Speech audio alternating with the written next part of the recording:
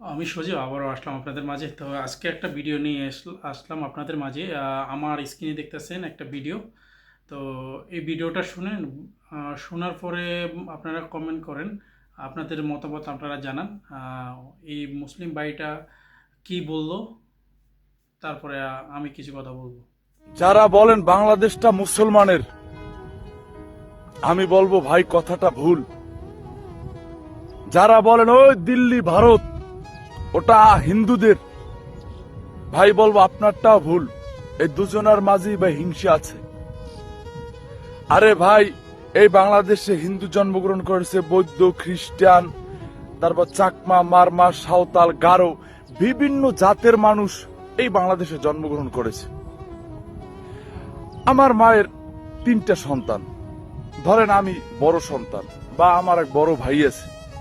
এখন ওই বড় সন্তানে ডাকবে আমার মায়ের মা, আর আমরা কি আমার মায়ের খালা ডাকু? মিয়া, এই মিয়া, তোমরা সংখ্যাগরিষ্ঠতায় বেশি হিন্দু ধর্ম ভারতে, সেখানে কি মুসলমান জন্মগ্রহণ করে নাই?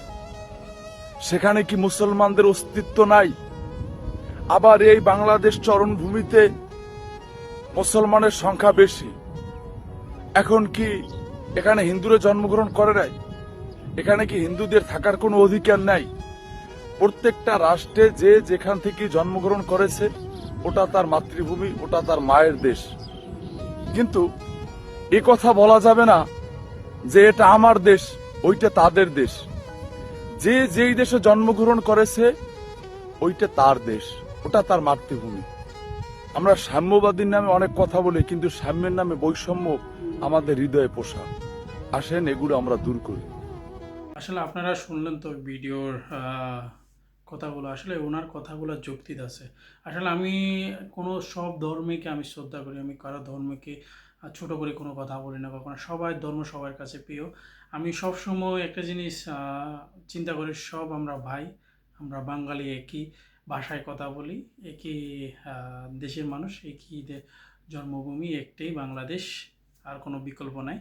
তো ওনার বাড়িটার কথা আমার সত্যি অনেক ভালো লাগছে। কার থেকে কীরকম লাগছে প্লিজ কমেন্ট সেকশনে জানাবেন আমাকে।